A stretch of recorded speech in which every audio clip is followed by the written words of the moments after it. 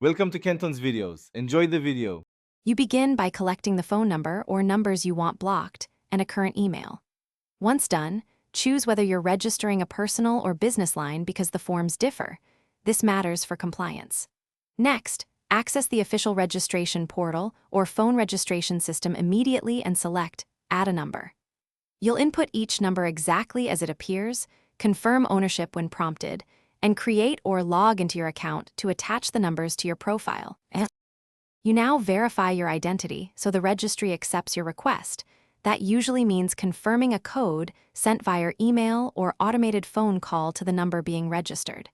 Make sure to read and accept the terms so your submission is valid.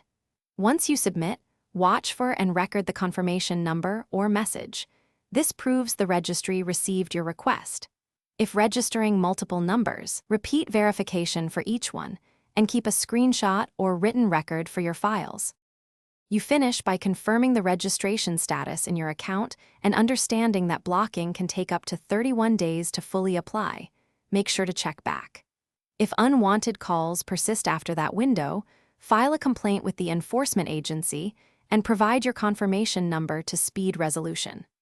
Finally, if you need to remove or update numbers later, log into the same account. Keep your documentation handy so you can quickly correct errors or support any dispute. Thanks for watching. Consider subscribing if we helped you.